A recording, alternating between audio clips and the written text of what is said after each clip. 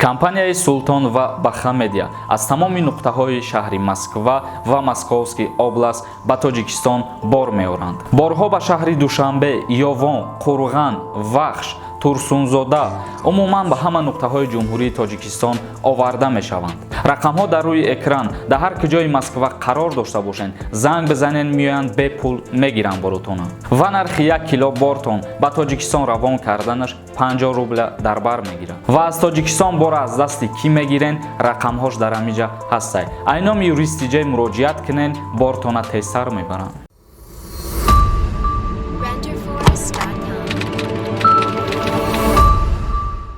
ассалому алайкум ба ҳама тамошобинони барномаҳои Сорбон Сафаров канали Юристиҷей. Видеои имрӯзаи мо ҷавоб ба саволҳое ки дар комментария ба мо равон кардагӣ биден ва пеш аз ӯ саволҳоро ҷавоб додан мо боз як хабари муҳима пешкаши шумо мегардонем. Хабари имрӯзаи мо оиди Қазоқистон бо 6 давлати дигар ва Федератсияи Россия парвозҳои мунтазамша ба мисли аввала бармегардона. Яъне ки парвозҳои доимиша ба Федератсияи Россия ва ғайри Россия боз ба 6 давлати дигар кушода мекунад. Чӣ хеле ки ба ҳамаи мо шумо маълум аст, тӯли 2 моҳи ахир аст ки чандин давлатҳо аллакай байни якдигар сарҳадҳо ва парвозҳои мунтазами худро кушода карданд ва умедворем ки иншааллоҳ ҷумҳурии Тоҷикистон низ бо чандин давлатҳо парвозҳои худро ва сарҳадҳои худро кушода мекунад. Ҳозир ба шумо номбар мекунем ана ҳамун давлатҳоеро ки Қазоқистон бо ӯ давлатҳо парвозҳои мунтазами худша шурӯъ кардагиаст. Яъне ба Федератсияи Россия 7 давлат мешавад ки Қазоқистон парвозҳои худша кушода кардагиаст. Ҳозир мо рӯйхатша мехонем ки кадом давлатҳоe. Якум Федератсияи Россия, Аморати Муттаҳидаи Араб, Беларусия, Олмон, Нидерландия, Миср ва Украина. Ана ҳамин 7 давлате ки мо номбар кардем, ба ҳамин давлатҳо Қазоқистон парвозҳои мунтазами худша оғоз кардагиаст. Вале дар иҷа бо як савол ба миён меояд ки оё аз ҷумҳурии Тоҷикистон ба Қазоқистон сафар кунанд ва баъдан ба ин 7 давлате ки мо номбар кардем, оё парвоз кардан мешавад ё ин ки не? Мутаассифона намешавад бародарон. Барое ки Қазоқистон бо ҷумҳурии Тоҷикистон ҳоло парвозҳои мунтазами худша шурӯъ кардагӣ нест. Ба ҳамин хотир аз ҷое парвоз карда мешавад ки ана ҳамун давлатҳо байни якдигариш сарҳадошона кушода кардагӣ бошанд ва парвозҳои мунтазамшон ба мисли аввала баргаштагӣ бошанд. Ва ногуфта намона ки ҳар давлате ки парвозҳои мунтазами худша кушода кардагиаст, дар тӯли як ҳафта як рейс мешавад. Чӣ хеле ки аз ҷумҳурии Тоҷикистон ба Дубай парвозҳои мунтазам барқарор шудагианд, дар як ҳафта як рейс ба нақша гирифтагианд. Инак мегзарем ба қисми хондани комментарияҳо. Самира Содиқова нависад: салом алайкум ака, ҳамин роҳҳо кай пешина бори кушода мешавад? Дар ҳамин вақти қинии моҳон муҳоҷирон якбора посолствои Тоҷикистон нархи билета осмонда хезондаанд. Чартерни рейс меган, ин чартерни маънеш дастгирии ёрдами тоҷикон аст. Набарод ай муҳоҷиро 45-50 ҳазор рубл. Ай рӯи инсофи мо зан ин пулро аз куҷо меёбем?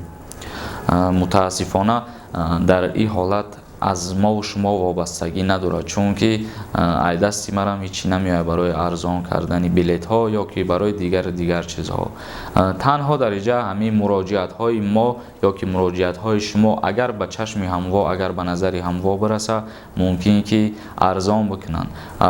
Ин хел ай дасти ма ягон чи намеояд ки нархи билета арзон кунем ё ки ягон чизи дигар.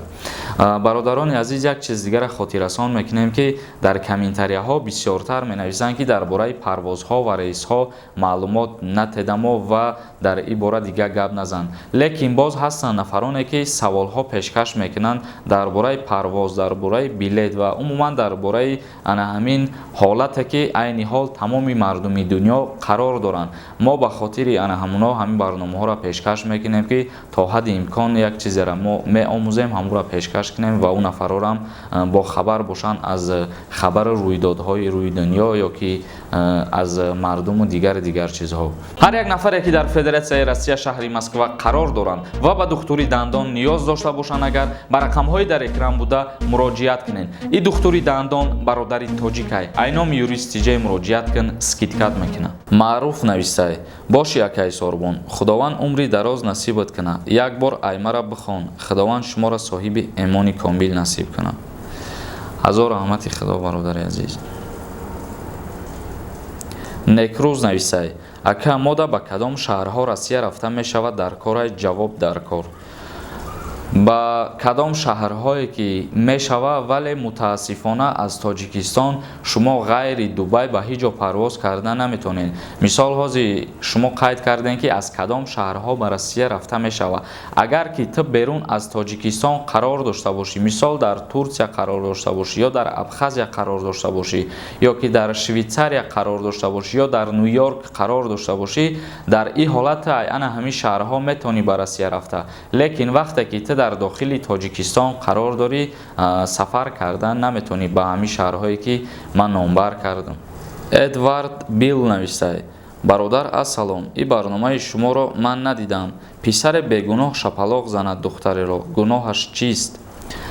мутобиқи кодекси ҷиноятии ҷумҳурии Тоҷикистон дар моддаи 116 ва 114 омадагие дар бораи лату кӯб кардан ё азобу шиканҷа додан ва агар танҳо шумо ами як шапалоқи задагитона дар назар дошта бошед, дар ин ҳолат ба ҷавобгарии ҷиноятӣ кашида намешавад. Вале дар ҳолате ки мисол мегирем, агар писаре як духтаре як шапалоқ мезана ва ӯ духтар мегарда и бачарам ягон шапалоқ мезана, ҳамин хер байни якдигариш ҷанг мешаванд, шапошап мешаванд ва дар ин ҳолат дохил мешава ба моддаи 116 кодекси ҷиноятии ҷумҳурии Тоҷикистон. Яъне моддаи 116 дар бораи лату кӯб карданай аллакай аз озодӣ маҳрум карда мешавад дар ин модда ва ба ҷавобгарии ҷиноятӣ кашида мешавад. Маҳмад Зоир навистай: ассалому алайкум ва раҳматуллоҳи ва баракату. Сози яка саломатиёт хубанд, корот хубанд, худованд нигаҳбонат боша. Хизмати халқро мекунӣ. Раҳмат ба падару модари шумо ба ин фарзанди тарбиякардагишон. Ва як савол дорам. Як бародари ман бо тариқи ЗАГС дора дар Тоҷикистон монда, чӣ тавр метавонад биёяд ба Россия?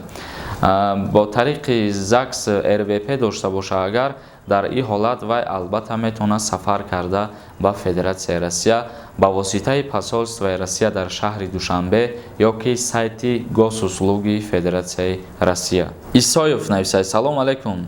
ман гражданини дутарафа, оё Тоҷикистон рафта ва боз Россия гашта омада метавонам то муддати 3 моҳ? То ин муддати 3 моҳ аввалан ки худованд худаш медонад чӣ гап мешава, оё границаҳо мумкин кушода шаванд. Вале дар иҷа бо як чизи дигара қайд кардан мумкин аст ки гражданстварам дошта бошӣ, лекин ту дарҳол вақти мехостагида рафта наметонӣ. Пешакӣ даводав мекунӣ, ҳуҷҷатгузорӣ мекунӣ, баъдан парвоз карда мерави бародар. Наимҷон нависай: салом ака. Мегӯянд ки агар патент дошта бошӣ, чартерни рейс кати Тоҷикистон барои депортатсия мекунанд.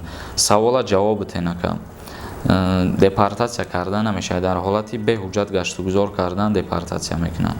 Зайд Батиров нависай: салом алайкум акаи Сорбон. Ман бо ҳамсарам ва кӯдакам ба Тоҷикистон рафтаниям. Ҳамсарам бо кӯдакам гражданини Россия, ман не. Метавонам дар очирад монам, чартерни рейс барамшон. албатта метавонӣ дар ҳолате ки оилат гражданствои Россияро дора ва ту шаҳрванди Тоҷикистони, оилат ё ки фарзандат ба воситаи шаҳрвандии ту метавонанд ба ҷумҳурии Тоҷикистон омада. Рамазон Тиҷей нависай: салом акаи Сорбон. Сохтмон сар карданием. Як устора суми пешакӣ битӣ. Усто кора буд накард. Дар ӯ ҳолат сума бар нагардона усто. Ариза бинависи ҳукумат, да ҳукумат чӣ ҷазо меташ? Сума бар мегардона ё ки не? Аввалан ки бародар ин кор роҳи ҳалаш дар ҳукумат вобастагӣ надорад, яъне ки ҳукумати шаҳр ба ин кори шумо ягон дахолат надорад.